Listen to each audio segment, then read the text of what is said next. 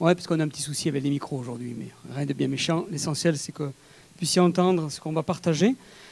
Je voudrais vous partager un message qui va un petit peu dans le sens de ce que nous vivons aujourd'hui, puisque nous sommes dans une période estivale, juillet, août.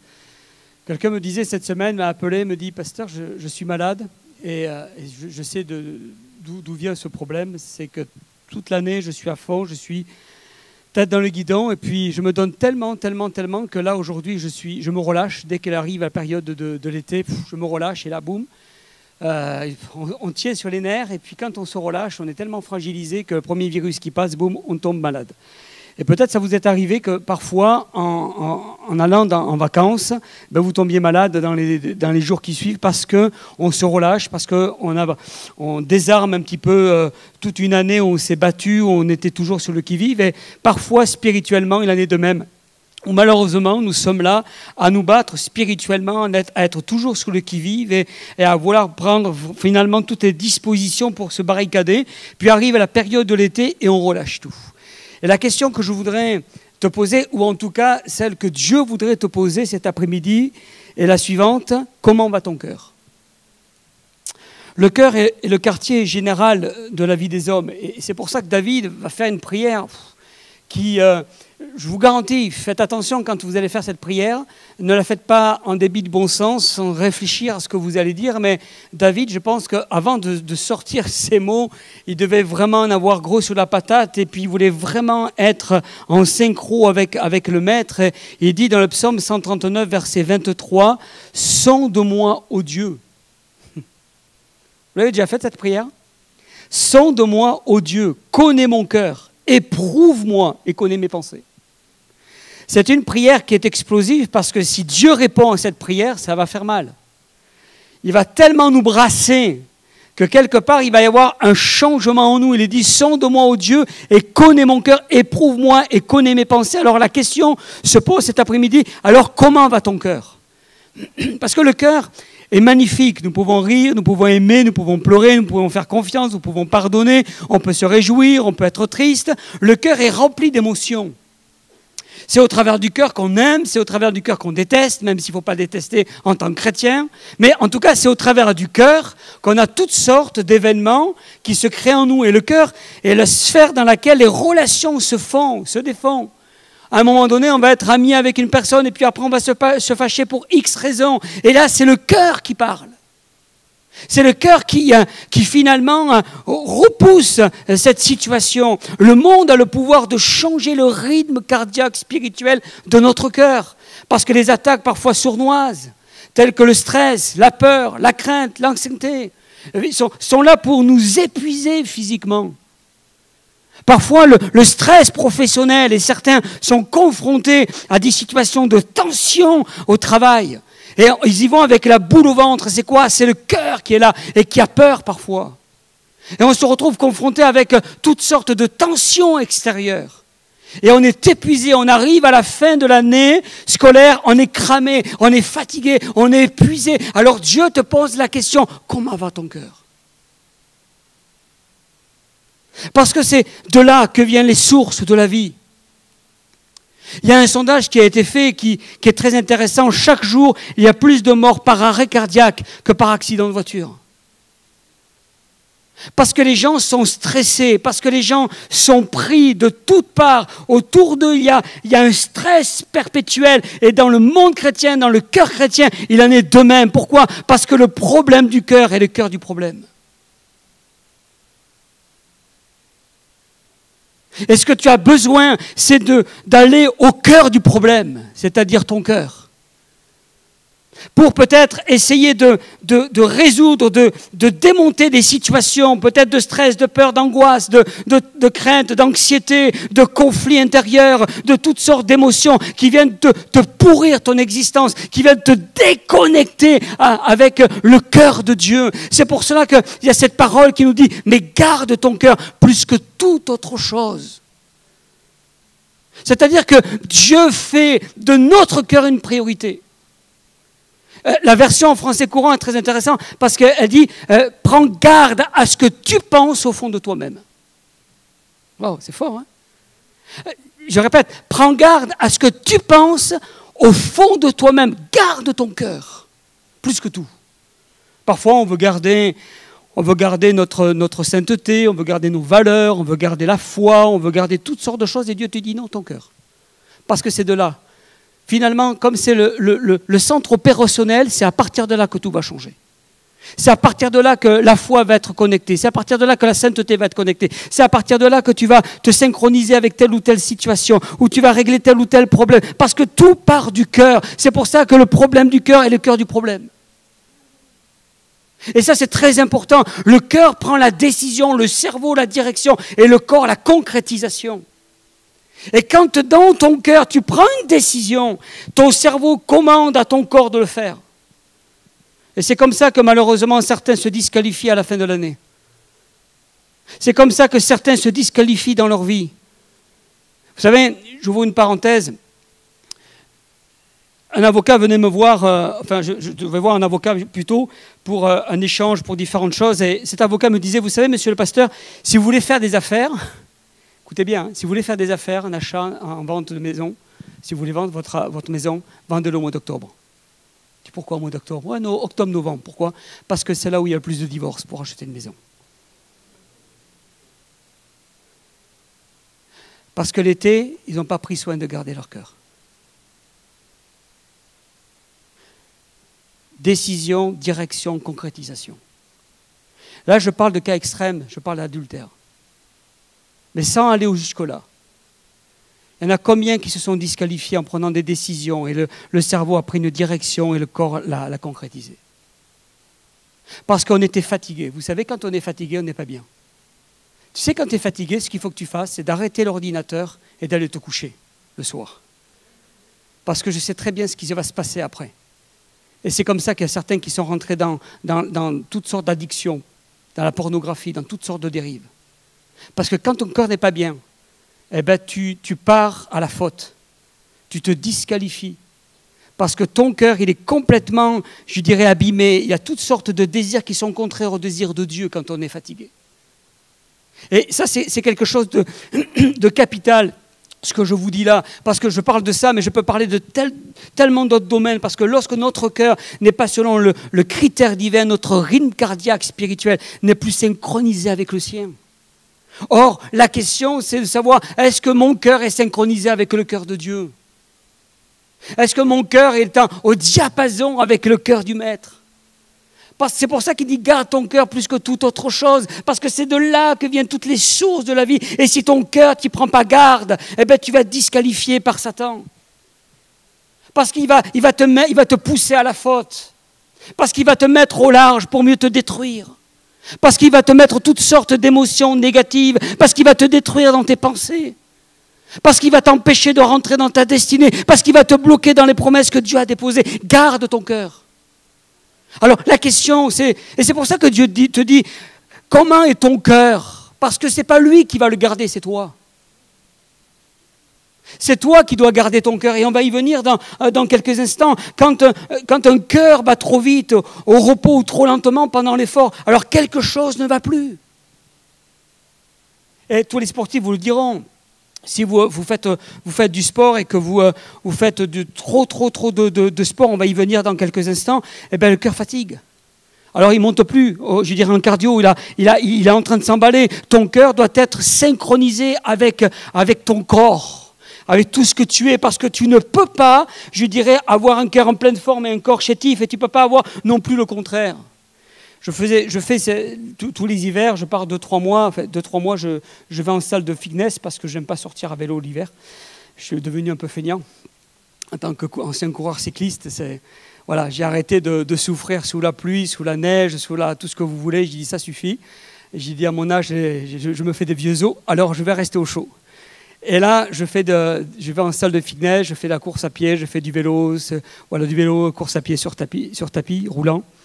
Et cet hiver, alors que je faisais du vélo, une demi-heure, 3/4 d'heure, puis après je suis allé faire du tapis roulant, une demi-heure, là aussi 3/4 d'heure. À un moment donné, je vois arriver une salle qui se divise en deux, une salle où vous avez toutes les machines de torture pour le cardio, et de l'autre côté, vous avez les machines de torture pour faire des biceps, vous voyez, des jambes et tout. Et là, il m'arrive, et il y a un couloir, il m'arrive un malabar un gars costaud. Rien que ses bras faisaient 2 fois mes cuisses. Oui, j'ai déjà des cuisses qui sont quand même pas mal, mais là, je dis, lui, il ne faut pas l'embêter. Je vais peut-être le prendre comme garde du corps, ça sera pas mal. Et puis, il s'est mis juste à côté de moi parce qu'on avait les machines qui étaient alignées comme ça. Et puis, il s'est mis juste à côté de moi, il a commencé à courir. Et moi, je continuais, j'allais finir mon temps, il me restait encore 10 minutes. Et puis, lui, il se met à programmer la machine et à courir. Costaud. 5 minutes après, je vois sa langue tirer, mais elle était tellement épuisée que sa langue touchait le sol, vous voyez, quand il avançait. Il était cramé de chez cramé, il se tenait comme ça, il n'en pouvait plus. Il suffoquait. Vous savez pourquoi ? Parce qu'il avait beaucoup de muscles, mais pas assez de cœur. Parce qu'il avait travaillé ses muscles, mais il n'avait jamais travaillé son cardio. Et il y en a qui vont travailler énormément leur cardio, mais ils n'auront pas de muscles. Et la parole de Dieu te dit d'avoir un équilibre. Et dans la vie chrétienne, c'est un équilibre que nous devons avoir. Et quand le Seigneur te dit « garde ton cœur », c'est parce qu'au-delà du cœur, il y a aussi ta vie qui tu es pour que tu puisses avancer avec ce que Dieu t'a donné comme talent, comme don. Mais tu ne peux pas avoir un cœur hyper aligné avec lui sans rien faire à côté. C'est tout un équilibre. Et là, c'est pareil. Tu ne peux pas non plus, on va y venir à la fin, servir au Seigneur à fond avec un cœur souillé. Tout un équilibre. C'est pour ça que Dieu te dit, tu veux avancer avec moi, tu veux rentrer dans ta destinée. C'est très bien. Comment va ton cœur ? Dieu veut d'abord ton cœur. Dieu cherche à savoir comment tu es avec lui. Parce qu'un cœur spirituel doit battre au rythme du cœur de Dieu. Et je vais vous donner un exemple pour ça. Et vous allez voir que ce n'est pas ce que nous vivons à l'extérieur qui va déterminer notre cœur. Je vais vous inviter à faire une lecture dans Marc chapitre 6 et au verset 49. Marc chapitre 6, verset 49, c'est Jésus qui obligeait les disciples à prendre la barque et aller de l'autre côté de la mer de Bethesda. Et la parole de Dieu nous dit qu'ils vont se retrouver en pleine nuit avec une tempête, quelque chose de terrible. Et il nous est dit ceci, au verset 49. Quand ils le virent marcher en pleine nuit sur la mer, c'est les disciples qui virent Jésus, ils crurent que c'était un fantôme. Et ils poussèrent des cris, car ils le voyaient tous et ils étaient troublés. Aussitôt Jésus leur parla et leur dit « Rassurez-vous, c'est moi, n'ayez pas peur ». Puis il leur monta vers eux dans la barque et le vent cessa. Ils furent en eux-mêmes tous stupéfaits et remplis d'étonnement, car ils n'avaient pas compris les miracles des pains, parce que leur cœur était endurci. Quand vous lisez ce texte, un petit peu auparavant, les quelques chapitres avant, il nous a dit qu'ils firent de nombreuses guérisons, les disciples. Jésus apaisait la tempête pour la première fois. La parole de Dieu nous dit que les disciples partirent 2 à 2, ils prêchèrent la repentance, juste un peu avant ça. Ils chassèrent les démons, ils guérissaient beaucoup de malades. Ça, ce sont les disciples. Jésus était avec eux, Jésus chassa le démon de Gadara, Jésus guérit plusieurs malades à Nazareth, Jésus guérit la femme à la perte de sang, et Jésus ressuscita la fille de Jairus, rien que ça. C'est-à-dire que là, il y a un condensé de miracles que peut-être chacun d'entre nous réunis nous n'avons pas vécu. Et la parole de Dieu nous dit que leur cœur était endurci. Et moi, ça me pose une question. Ça. On peut être au cœur du miracle et avoir un cœur endurci. Ce n'est pas le miracle que tu vas vivre dans ta vie, dans ton quotidien, qui va faire que tu es au peine avec Dieu. Moi, quelqu'un me dit, vous savez, monsieur le pasteur, regarde, Dieu me bénit professionnellement, alors il n'y a pas de souci, Dieu est avec moi. Non, pas forcément. La question, ce n'est pas la bénédiction extérieure qui compte, c'est ton cœur. Parce que la bénédiction extérieure, parfois, peut nous faire défaut. Parce que Dieu fait grâce, parce que nous avons un Père céleste. Et combien pourraient dire aujourd'hui, parfois, je n'ai pas du tout été aligné avec le Père, même parfois, j'étais dans une situation équivoque et même de péché, et Dieu m'a quand même exaucé. Parce qu'on a un Père céleste.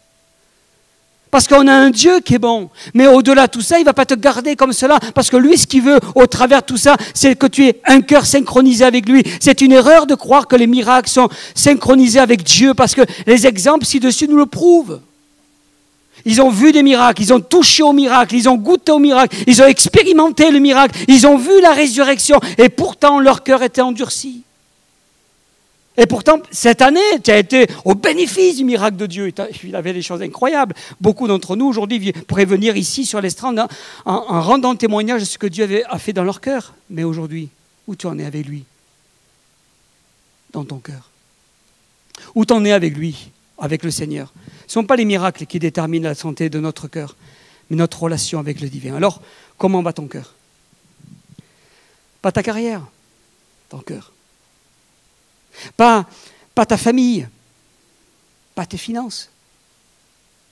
Pas ton service, pas ton ministère, ton cœur. Comment va ton cœur? L'état de ton cœur. Je le rappelle, ton cœur est le quartier général de ta vie.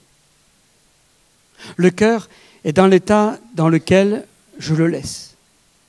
Avec l'amertume, avec peut-être la colère, l'animosité, avec le mensonge. Paul parle aux Éphésiens au chapitre 4, au verset 26, il dit ceci: « Si vous mettez en colère, ne péchez point, que le soleil ne se couche pas sur votre colère. » La colère, ce n'est pas un péché. Mais quand on sait que la colère crée des émotions, parfois, ça frôle le péché. Quand on sait que parfois la colère provoque le péché. C'est pour ça que le Seigneur nous dit, si vous mettez en colère, ne péchez point, parce que la colère témoigne d'un cœur fatigué. C'est pour ça que j'ai dit tout à l'heure, si tu es fatigué, le soir, ferme ton ordinateur. Et si toi, tu es en couple, marié, mon frère, ma sœur, et là je parle plutôt aux hommes, le soir, au lieu de te coucher tard, à regarder à la télévision ou autre, ou être avec ton ordinateur, referme tout, il va te coucher avec ta femme. Garde ton cœur. Garde ton cœur. Déjà, qu'elle parte seule, aller se coucher, à un moment donné, je m'aperçois qu'il y a une anomalie. Je sors de mon message, j'ouvre une parenthèse. Je pense que dans un couple, j'ouvre une parenthèse, comme ça je vais aller un peu plus loin dans ma réflexion, dans un couple, je crois qu'il est tout à fait normal que tous les deux aillent se coucher ensemble. Il peut y avoir des exceptions, parce qu'il y a un boulot, parce qu'il y a une formation, il faut la finir, il y a un rush, c'est coup de bourre. Ça, c'est des exceptions qui doivent confirmer la règle. Mais si tu me dis, moi, je suis un couche-tard, je me lève tôt, ou je suis un couche-tard, j'étais un couche-tard. Je me couchais à 2h du matin. Jusqu'au jour où je me suis dit, il y a un problème. Jeune couple, j'étais très jeune couple, parce que je fonctionnais comme ça en tant que célibataire. Et à un moment donné, je me suis aperçu qu'il y avait un problème parce que je devais être avec ma femme. Et je me suis dit, ouais, mais comment je vais faire? Eh bien, j'ai commencé à me lever très tôt le matin. 4h, boum. Comme ça, j'étais sûr que le soir, j'allais me coucher tôt. Et le cycle s'est inversé. C'est-à-dire que ça m'a permis de me coucher beaucoup plus tôt. J'étais obligé, là. On ne peut plus faire le malin si on se lève à 4h du matin. Tu ne peux pas te coucher à minuit après. Ton corps, lui, va lâcher, ton cœur aussi. Et j'ai réinversé le cycle. Et j'ai demandé au Seigneur de m'aider à avoir un rythme normal, au rythme selon le cœur de mon épouse. Et aujourd'hui, je me couche à 10h, mais à 4h du matin, je suis tout le temps debout. Vacances ou pas vacances, c'est comme ça, c'est mon fonctionnement. Mais Dieu a réglé les choses pour que je puisse être au cœur de ma femme. Mais Dieu te dit, tu vois ça, ben, il faut que tu le sois avec moi, au cœur de Dieu. Que ton cœur soit synchronisé avec le cœur de Dieu. Pour que tu puisses vraiment être en symbiose, en connexion, en relation. Ça évite beaucoup de conflits, ça évite beaucoup de problèmes, ça évite beaucoup de situations délicates. C'est à moi et à moi seul de décider si oui ou non je vais interdire tout poison dans mon cœur. Ce n'est pas à Dieu de dire, ou ce n'est pas à toi de dire à Dieu, Seigneur, protège-moi du poison. C'est Dieu qui va dire non, c'est toi à garder ton cœur. C'est à toi à décider. Tout comportement ou toute parole négative ne sont pas accidentelles. Tout comportement et mes paroles révèlent l'état de mon cœur. Tout comme le cœur malade affecte le corps, le cœur spirituel affecte ta vie spirituelle.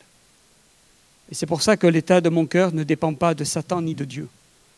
L'état de mon cœur dépend de moi. Je suis le berger de mon cœur. J'ai entendu qu'un seul amen. Je suis le berger de mon cœur. C'est comme ça que ça marche. Je choisis ce qui rentre et ce qui sort. C'est moi qui choisis. Pour ça que Proverbe 4, 23, très fort, garde ton cœur plus que tout. Garde ton cœur. Ce n'est pas à Dieu de le garder pour toi. Lui sera là pour te chérir, pour te bénir, pour agir, pour te consoler, te restaurer, te guérir, faire des œuvres incroyables sur ta vie. Mais ton cœur, c'est toi qui le gères. Et tu vas demander à Dieu de te donner la capacité de gérer ton propre cœur. Parce qu'on est libre arbitre. On n'est pas des robots avec Dieu. Dieu te donne la liberté de choisir, de te cramer ou d'exister. Il te donne la possibilité de te disqualifier ou de te qualifier. Ça dépend de toi. Ça dépend de nous. Ça dépend de ce que tu veux. Parfois, on a envie les autres. Ouais, mais ce qu'il fait, la réussite, comment Dieu agit, comment Dieu bénit. Mais va le voir. Parle avec lui. Et un cœur à cœur avec lui, il va t'expliquer comment il est arrivé là. Et bien souvent, la réussite, vous savez, la réussite spirituelle n'est pas accidentelle, elle est intentionnelle. N'envie pas la réussite des autres. Parce que Dieu t'a donné la même réussite. Mais cela dépend aussi de toi. Parce que ce que Dieu nous a donné, c'est d'être, non pas vainqueur, mais plus que vainqueur. Et c'est ça qui fait toute la différence dans notre vie. Vous avez remarqué, quand il dit « garde ton cœur plus que toute autre chose, car de lui viennent les sources de la vie », on ne l'a pas lu, mais vous pourrez le voir par la suite. Dans ce verset, Dieu parle de la bouche, des lèvres, des yeux, mais le cœur vient en premier. Dieu commence par l'homme intérieur avant de s'attaquer à l'homme extérieur. Nous, vous savez, on s'apprête extérieurement, c'est très bien, on va bien s'habiller et tout, on va se coiffer, on va prendre sa douche, tout. On va venir à l'église, c'était nickel, mon enfant, c'est super, t'es hyper beau comme ça, oui, ok, mais ton cœur, comment il va? Lui, il va d'abord regarder à ton cœur. Nous, on regarde peut-être à l'apparence pour qu'on puisse être bien apprêté aux yeux des hommes, qu'on puisse apporter un bon témoignage, parce que l'apparence est importante aussi, quelque part. Mais l'apparence est importante que dans la mesure où ton cœur est aligné. Que tout soit coordonné. Et pas comme cet haltérophile qui vient avec beaucoup de muscles, mais avec un cœur séché. Tout va ensemble. Tout est bien structuré, coordonné avec Dieu. C'est cohérent avec le Seigneur. C'est ce que je suis extérieurement, c'est ce que je suis à l'intérieur. Ce que je suis à l'intérieur, c'est ce que je suis à l'extérieur. Ça ne doit pas dépareiller. Ça ne doit pas choquer. Des fois, vous savez, l'apparence est trompeuse. Il nous le dit, le Seigneur. Vous avez des gens, l'apparence est trompeuse. Oh, puis vous êtes choqués. Parce qu'il y a des attitudes et comportements. Oui, et parfois même choquants, mais dans l'autre sens. On a une apparence peut-être de jugement, de critique ou d'aspect un petit peu de rejet sur la personne. Et puis vous vous apercevez que derrière, il y a un cœur. Mais il ne reflète pas extérieurement. Et c'est bien dommage. Tu crois que tu as besoin, mon frère, ma soeur, vraiment de réaliser cela. Je parlais tout à l'heure de surentraînement. Le surentraînement est l'excès d'entraînement. C'est-à-dire, c'est quand un sportif fait trop d'entraînement. Je me rappelle d'une année, alors que j'étais coureur cycliste, et je n'étais pas encore vraiment très proche de Dieu, je m'y approchais tout doucement. Le Seigneur était en train de m'attendre au tournant. Et je me rappelle d'une année, j'ai dit, je veux vraiment la réussir cette année, je vais me mettre à fond. Et j'ai passé 2 à 3 mois à faire 90-100 bornes par jour. Je me laissais juste le samedi de repos pour courir le dimanche. Et au bout de 2 mois, le corps m'a dit, si tu continues comme ça, tout va lâcher. J'étais surentraîné. Plus je m'entraînais, plus je régressais. Plus je m'entraînais et plus je reculais, j'avançais plus, je faisais plus les bons scores. Et quand je regardais mon cardio-fréquence-mètre, j'avançais, mais mon cœur baissait parce qu'il était tellement fatigué qu'il ne pouvait plus monter dans les watts.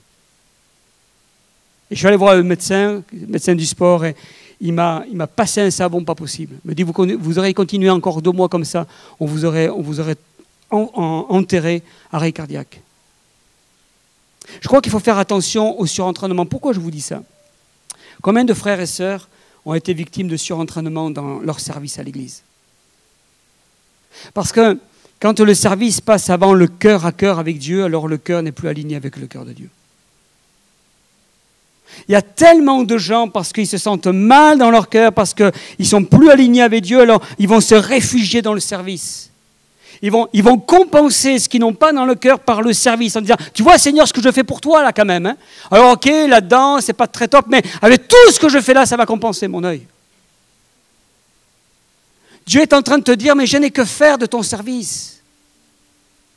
Ce n'est pas le service que je recherche chez toi, c'est ton cœur. Ce n'est pas tout ce que tu vas faire pour moi qui va être essentiel. C'est le fait de venir vers moi qui va être important. Parce que tu peux faire 1001 choses pour ton conjoint sans lui dire une seule fois « je t'aime ».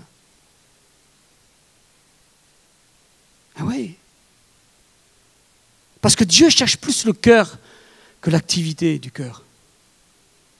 Il cherche plus qui tu es toi, plus que ce que tu vas faire pour lui. Et c'est pour ça qu'il est important de réaliser que le cœur, quand il n'est pas aligné avec le cœur de Dieu, ne peut pas avancer comme le Seigneur le souhaiterait, le désirait, parce que quelque part, il y a un décalage. Alors, arrête d'en faire trop quand le cœur n'est pas aligné. Arrête de t'investir dans toutes sortes d'activités, même professionnelles, à te mettre à fond dans le boulot, comme un refuge pour fuir. Mais fuir quoi? Dieu te dit, arrête-toi. Viens à moi. Aligne-toi avec moi. Et tout le reste s'alignera. Vous savez, quand on parle, que je vous disais tout à l'heure, c'est le centre opérationnel de notre vie. Il faut qu'à un moment donné, tu fasses une mise à jour. Et je crois que le Seigneur, ce qu'il souhaiterait pour toi, c'est que tu fasses pleinement une mise à jour avec lui. Alors, comment va ton cœur? Je vais terminer avec un dernier point. Je pense que, si Nico, tu es là, tu peux venir, s'il te plaît, merci. Je vais terminer avec un dernier point, c'est le point de la redevabilité. La redevabilité, c'est un point qui me tient à cœur, parce que si je veux être authentique, je demande aux gens les plus proches de moi ce qu'ils pensent de mon cœur.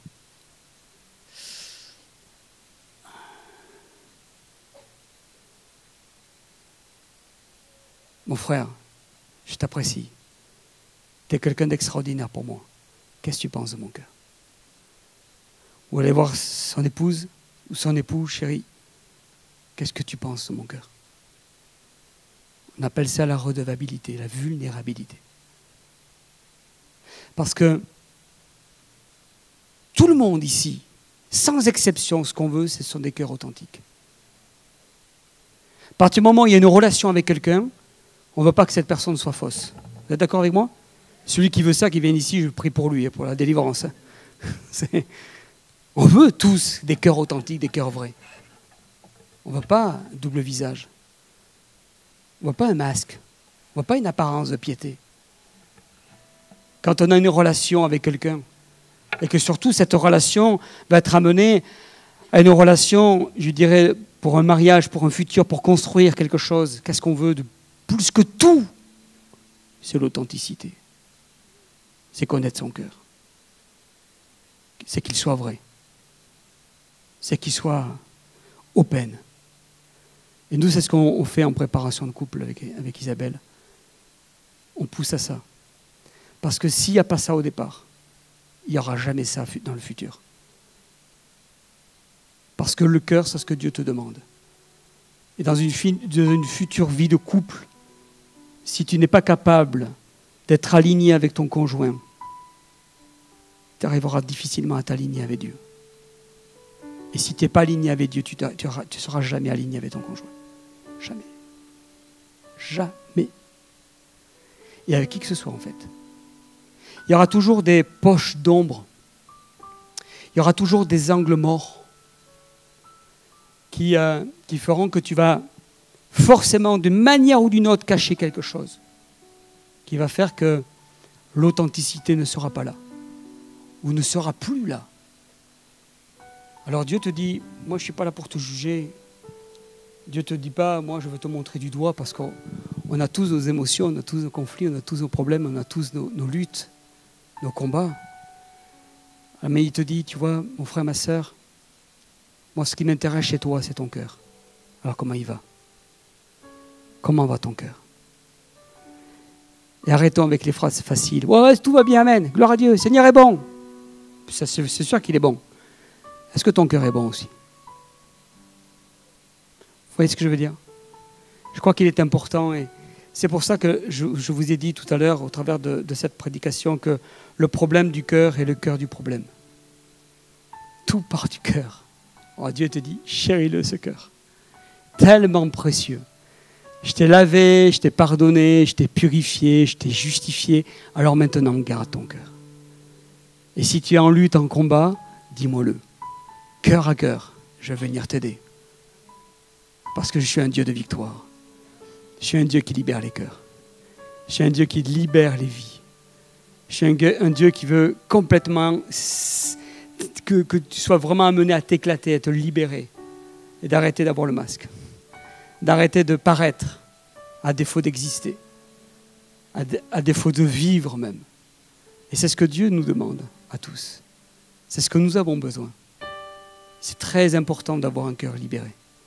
Très important de pouvoir répondre à cette prière, Seigneur, ça va mon cœur. Et si ça ne va pas, le Seigneur, viens à mon aide. J'ai besoin de toi. J'ai besoin d'une victoire dans tel ou tel domaine.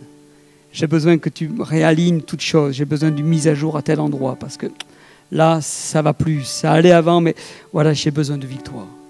Et puis si tout va bien, si tout est open, je dis Amen. Dans ces cas-là, prie pour que Dieu garde toujours ton cœur comme ça. Aligné avec lui. Amen. On courbe nos fronts quelques instants.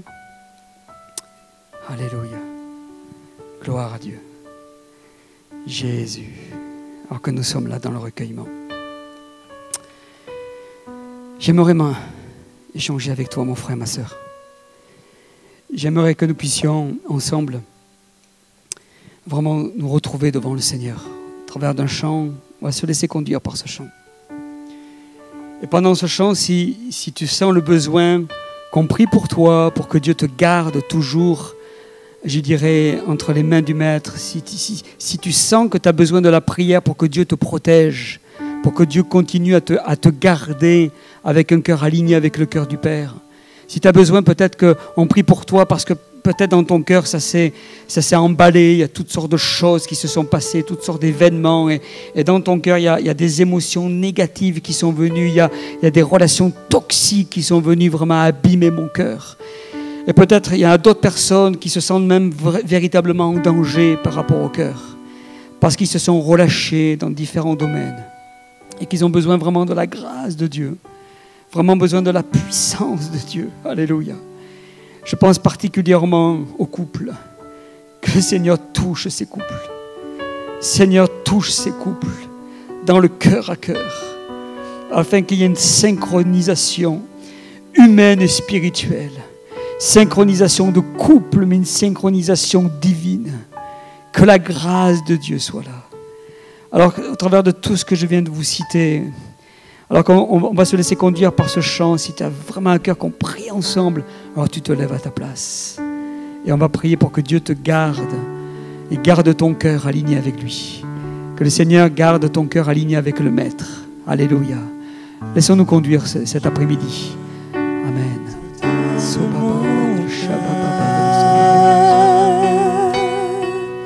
Il ne m'appartient plus. Touche, Seigneur. Alléluia. C'est que j'ai le meilleur. Tout est pour toi, Jésus. Amen, amen. Alléluia, Seigneur. Un parfum de valeur. Tu es de la valeur aux yeux de Dieu. Sur toi. Alléluia. Et il déverse ce parfum, alléluia, du dingue grade d'odeur. Amen. L'offrande de mon Oh Jésus, alléluia. Oh Shambabakandre. je suis à toi. Déclare-le cet après-midi.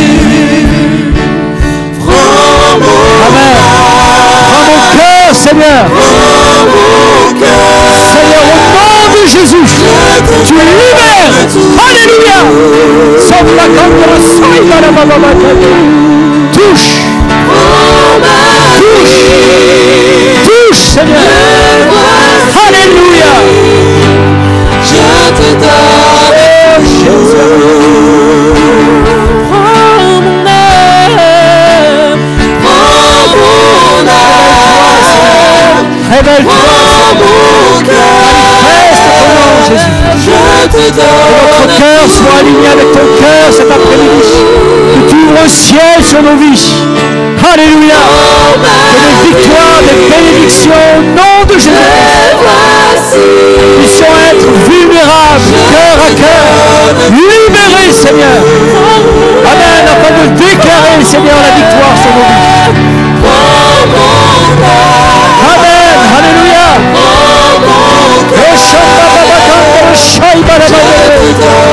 tout. Oh, je vais te donner, Seigneur, mon cœur, ma vie, mon âme. Alléluia. Prends ma vie, Oh, Jésus. me voici. Je te donne tout. Mon cœur est à toi. Tout à toi. Mon cœur est à toi, Seigneur. Alléluia. Oui. Mon cœur est à toi. Tout à toi. On le reprend en confessant ces paroles sur nos vies. Amen. Alléluia. Mon cœur est à toi. Tout à toi. Comme une prière, comme une déclaration. À toi, nos cœurs sont à toi. Mon cœur sont à toi. Tout à toi. Prends mon âme, Seigneur Jésus. Prends mon âme, prends mon cœur. Je te donne tout. Ma vie, Prends ma vie, voici. me voici. Je te donne tout. Nos cœurs sont à toi, Seigneur. Nos cœurs. Nos cœurs sont à toi. Tout à toi. Comme un seul corps, nos cœurs sont à toi, Père. Nos cœurs sont à toi. Tout à toi. Seigneur, nous voulons te prier, Seigneur.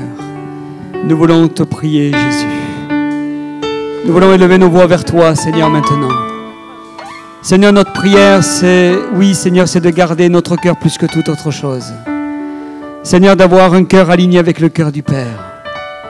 Parce que nous sommes conscients que le problème du cœur, c'est le cœur du problème. Et que nous voulons libérer cela afin de le déposer au trône de la grâce.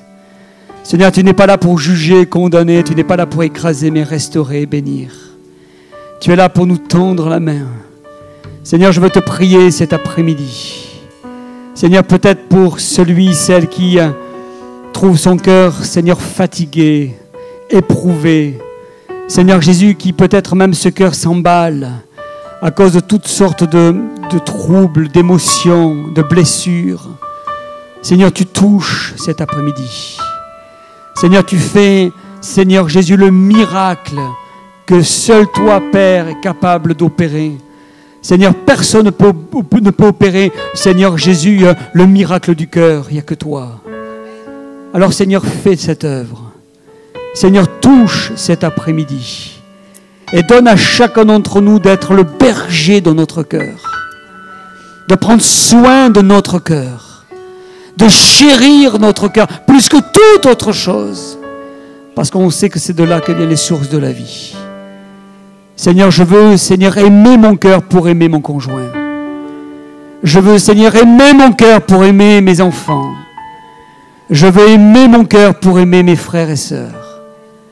Seigneur, donne à chacun d'entre nous, Seigneur, ce miracle d'aimer notre cœur, plus que toute autre chose, de le garder, de prendre soin.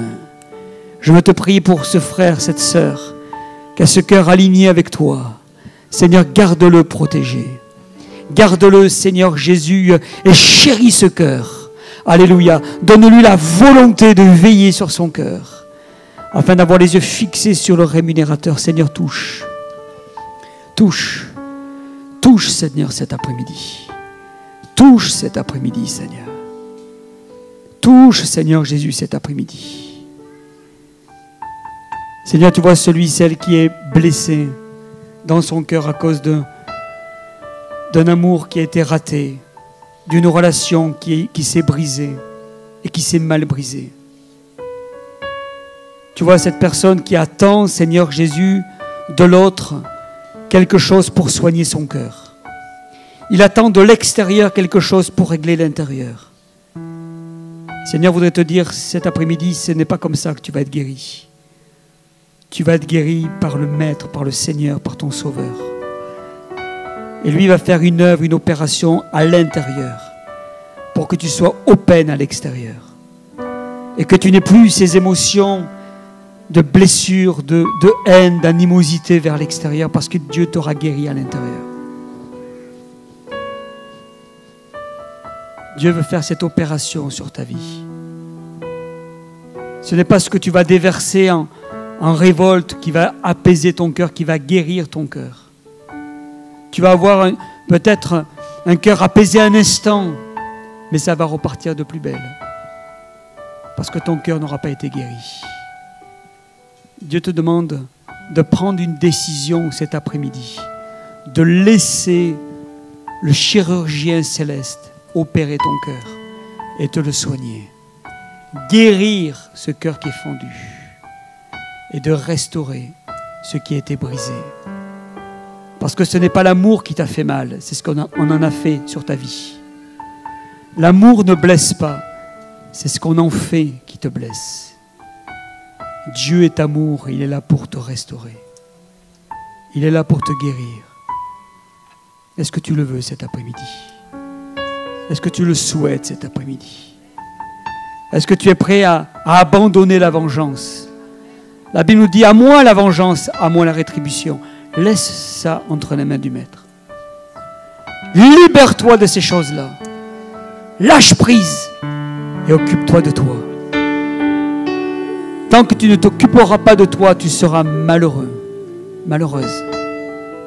Au moment où tu vas décider à t'occuper de toi, à regarder à toi, regarder à ton cœur, d'abord, alors la joie va reprendre vie. Dieu va restaurer. Dieu va changer, toucher, bouleverser ton existence. Tu ne vas plus dépendre des choses extérieures, mais tu vas dépendre de Dieu. Au nom de Jésus.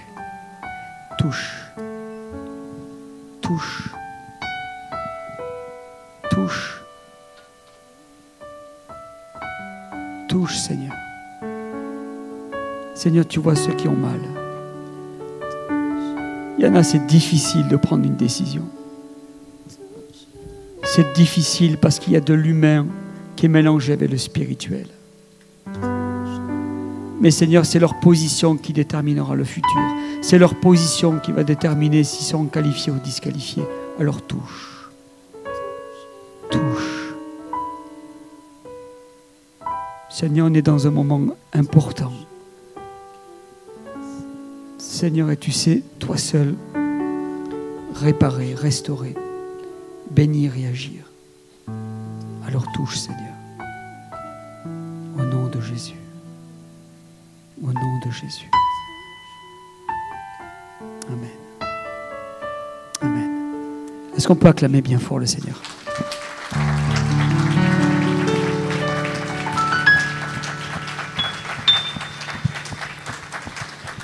Je peux vous dire une chose, on va terminer avec ça.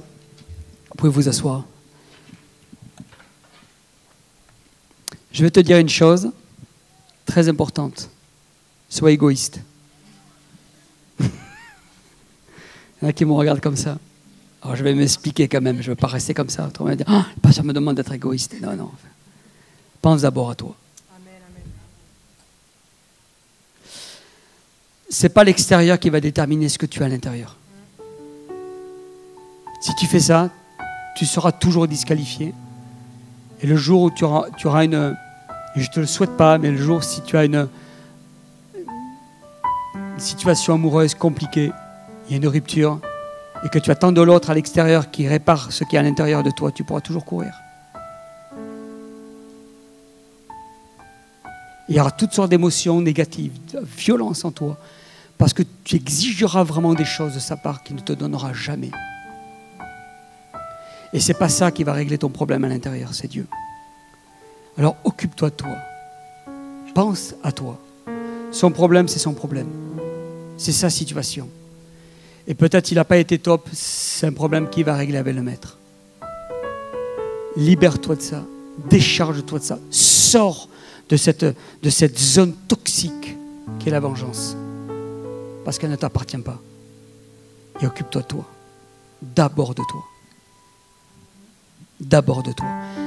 J'ai rencontré des pasteurs qui se sont disqualifiés parce qu'ils ont pensé à l'église avant eux-mêmes. Parce que tu ne peux pas donner quelque chose que tu n'as pas. Et quand en tant que pasteur, on a compris qu'il faut d'abord penser à soi pour donner, alors l'église est nourrie. Il en est exactement la même chose pour ta vie. Tu ne peux pas donner ce que tu n'as pas. Alors pense à toi. Moi, j'aime énormément ma femme. Mais Dieu passe avant tout dans ma vie. Parce que je sais que ce qui va me donner pour moi, ça va se déverser chez elle. Je l'aime tellement que je pense d'abord à moi. Ça vous va, ça? C'est choquant, hein? On n'y pense pas, ça. Hein? Ah non, moi je vois. Et beaucoup de gens pensent aux autres. Ils pensent qu'en pensant beaucoup aux autres, ça va apaiser leur cœur. Où tu as trouvé la solution là-dedans?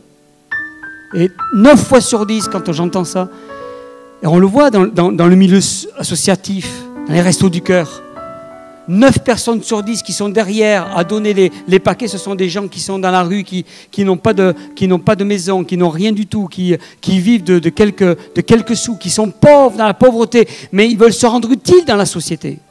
Ils donnent beaucoup. Et c'est très bien ce qu'ils font parce que ça leur permet de se réinsérer, mais au fond du fond de la situation, ils restent les mêmes. Et un jour, un monsieur comme ça est venu me voir et me dit « Ça me permet d'exister. » Oui, mais pas de vivre. Oui, mais pas vivre. Alors tu peux te donner beaucoup aux autres. Ça va te donner l'occasion d'exister, mais pas de vivre. Alors pense à toi. Reçois pour donner. Si tu aimes ton conjoint, reçois pour donner. Si tu aimes tes amis, ta famille, reçois pour donner. Sois aligné avec Dieu pour que tu puisses être aligné avec les autres. Alors je vais arrêter là parce que je vais continuer à prêcher. Bon retour à tous, que Dieu vous bénisse.